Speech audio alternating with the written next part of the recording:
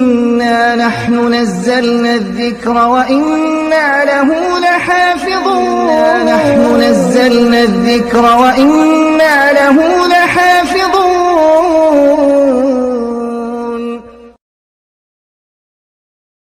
السلام عليكم ورحمة الله وبركاته. بسم الله والحمد لله والصلاة والسلام على رسول الله.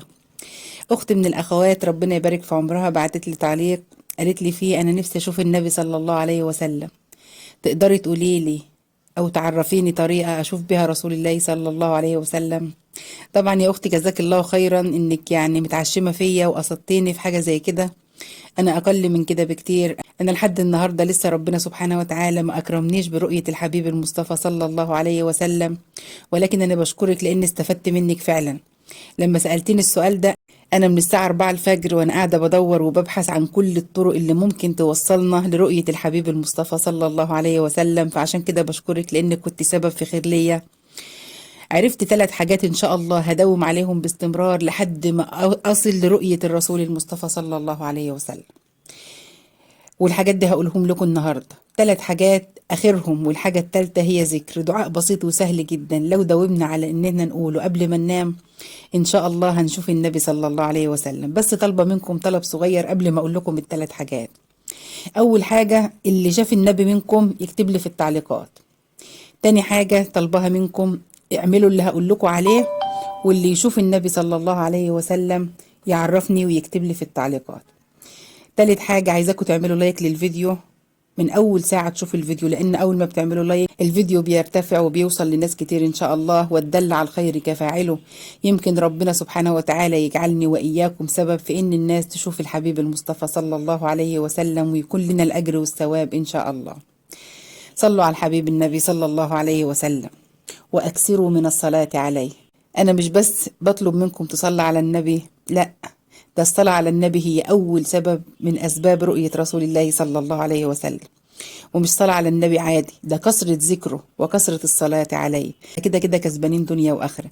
الصلاة على رسول الله فيها تفريج الهم وإزالة الكرب وسعة الرزق، وكل هموم الدنيا والآخرة هتشال من على كتافنا ببركة الصلاة على رسول الله.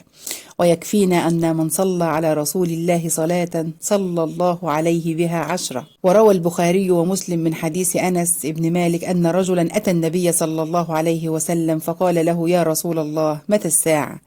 فقال صلى الله عليه وسلم: وماذا أعددت لها؟ فقال الرجل: ما أعددت لها كثير عمل إلا أنني أحب الله ورسوله.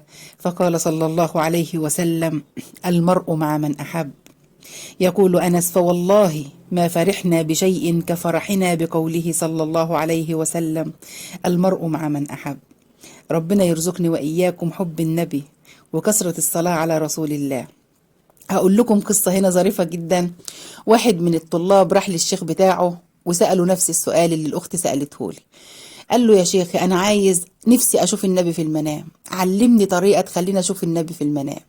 قال له: حاضر، أنا عندي طريقة جميلة جدا تخليك تشوف النبي في المنام، بس هعزمك على العشاء عندي النهاردة. فطبعا الشاب فرح، يا هيتعلم ازاي يشوف النبي وكمان هيتعزم على العشاء. فراح عند الشيخ بتاعه واتعزم على العشاء، فالشيخ عمل له العشاء، وكان العشاء مالح جدا ودرجة الملوحة عالية فيه قوي، وجاب له بقى كل الحاجات الحادقة. فكل وطبعا أستاذه بقى ومكسوف يقول إن الأكل حادق، فكل لحد خلاص مش قادر. فقال له: يا شيخ ممكن أشرب؟ قال له: لا مش هتشرب دلوقتي، كمل أكلك. فاستحى من الشيخ وكمل أكله، خلص أكله. قال له: خلاص بقى يا شيخ علمني بقى. قال له: مش هعلمك الا لما تبات عندي الليله دي، هصحيك الفجر واعلمك اسهل طريقه انك تشوف بها النبي صلى الله عليه وسلم. فنام الشاب وهو هيموت من العطش، وفضل طول الليل يتقلب في فرشته مش عارف ينام من شده العطش. فسبحان الله في الاخر يعني غلبه النوم ونام. فطول ما هو نايم عمال يشوف احلام ويشوف رؤى، وجه الشيخ بتاعه صحى الفجر. فقام اول ما صحاه عشان يصلوا الفجر قال له: قول لي بقى انت شفت النبي في المنام؟ قال له: لا. قال له: امال شفت ايه في المنام؟ قال له: شفت طول الليل في المنام عماله اشوف الدنيا بتمطر وانهار وعيون ميه وحاجات جميله جدا، وانا عماله اشرب ميه عليه وسلم كشوقك للماء لرأيته. يا رب نكون اتعلمنا حاجه من القصه دي. اللي احتاج حاجه واشتاق اليها وفضل يفكر فيها طول الليل، طول الليل عمال يحلم بيها. فلو اشتقنا للنبي واحتاجنا قوي لرؤيته هنشوفه إن شاء الله. وخلي بالكم يا حبايبي، رؤية النبي صلى الله عليه وسلم مش بس في الدنيا، احنا محتاجين نشوفه في الآخرة. ولو شفناه في الآخرة يبقى ضمننا دخول الجنة، لأن في ناس هتشوفه ومش هتعرف توصل له، الملائكة هتقول لها سحقا سحقا بعدا بعدا بسبب ما بدلوا وما غيروا. عشان كده هنتكلم عن السبب الثاني اللي يخلينا نشوف النبي صلى الله عليه وسلم. تاني سبب لأسباب رؤية النبي صلى الله عليه وسلم هو الاتباع والمحبة، تجعلنا نرى رسول الله صلى الله عليه وسلم. والاتباع هو ثمرة المحبة. لما أنا أحب النبي صلى الله عليه وسلم وقلبي يتعلق به، إن شاء الله هتبعه، ولو اتبعته هدخل الجنة إن شاء الله. عن أبي هريرة رضي الله عنه قال: قال رسول الله صلى الله عليه وسلم: من أشد أمتي حبا لي أناس يكونون بعدي يود أحدهم لو رآني بأهله وماله. الواحد يتمنى يضحي بأهله وماله وكل ماله في الدنيا عشان يشوف النبي صلى الله عليه وسلم. وما تستغربوش الكلمة، احنا فعلا بنعملها النهاردة. أنا ممكن أقعد كام سنة أحوش عشان أروح أعمل عمرة ومش هشوف النبي، ده أنا هقف بس قدام قبره، أسيب أهلي وأسيب مالي وأسيب شغلي وأسيب دنيتي كلها عشان أروح أقف بس قدام قبر النبي صلى الله عليه وسلم. فسبحان الله، صدق فينا حديث رسول الله صلى الله عليه وسلم. فلو اتبعنا النبي حق الاتباع، اتبعنا سنته واتبعنا هديه، والحاجة اللي نعرف إنها سنة نعملها، محبة في رسول الله صلى الله عليه وسلم، هتكون ثمرة المحبة دي إن احنا إن شاء الله هنراه في المنام. وخلي بالكم، من رأى رسول الله صلى الله عليه وسلم في المنام فقد رآه حقا، فإن الشيطان لا يتمثل في صورة رسول الله. ده مش كلامي والله، ده كلام النبي صلى الله عليه وسلم لما قال: من رآني في المنام فقد رآني حقا، فإن الشيطان لا يتمثل بي. وفي رواية أخرى: فإن الشيطان لا يتمثل في صورتي. اللهم صل وسلم وبارك عليك يا حبيبي يا رسول الله. فلو صدقت محبتنا لصدقت نيتنا، ولرأينا رسول الله صلى الله عليه وسلم في الدنيا قبل الآخرة.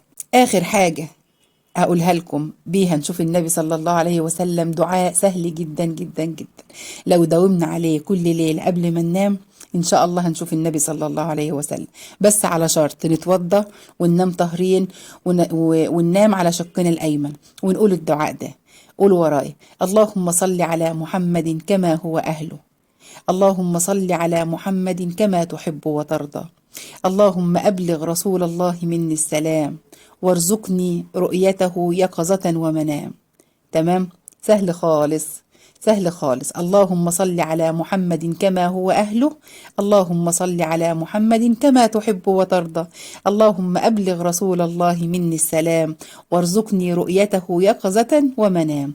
لو داومنا عليه وقلنا كتير كتير قبل ما ننام واحنا متوضيين، إن شاء الله نشوف النبي صلى الله عليه وسلم، نشوفه دلوقتي في المنام ونشوفه بعد كده في الآخرة رأي العين إن شاء الله. لن نراه حتى نصدق في حبه، لأن المطلع على قلوبنا هو الله الذي يعلم السر وأخفى، الذي يعلم خائنة الأعين وما تخفي الصدور. اللهم لا تحرمنا من رؤيته في الدنيا، ولا تحرمنا من صحبته في الآخرة، واجعلنا معه في الفردوس الأعلى وإن قصرت أعمالنا يا رب العالمين. وقبل ما أختم هقول لكم حاجة جميلة جدا. واحد صحابي راح للنبي صلى الله عليه وسلم وقال له: يا رسول الله، أنا بحبك وبشتاق لك وما أقدرش أبعد عنك، كل يوم أجي أشوفك وأصلي معاك، ولكن أنا عارف لما أنا أموت وأنت تموت هتبقى في درجة وأنا في درجة بعيدة عنك خالص يا رسول الله، وأنا بحبك وما أقدرش أبعد عنك. فنزل قول الله تعالى: ومن يطع الله والرسول فأولئك مع الذين أنعم الله عليهم من النبيين والصديقين والشهداء والصالحين وحسن أولئك رفيقا، ذلك الفضل من الله وكفى بالله عليما. الله أكبر، وكفى بالله عليما. ربنا وحده سبحانه وتعالى هو اللي يعلم الصادق في محبته لرسول الله والكاذب فيها. اللهم ارزقنا محبته، اللهم ارزقنا الإخلاص في القول والعمل. اللهم أرنا حبيبك المصطفى في الدنيا قبل الآخرة، واجمعنا معه في الفردوس الأعلى على سرر متقابلين. وإن قصرت أعمالنا، اللهم لا تحرمنا من رؤيته في دنيانا، ولا تحرمنا من صحبته في أخرانا. وآخر دعوانا أن الحمد لله رب العالمين، والسلام عليكم ورحمة الله وبركاته. أشهد الله أني أحبكم في الله.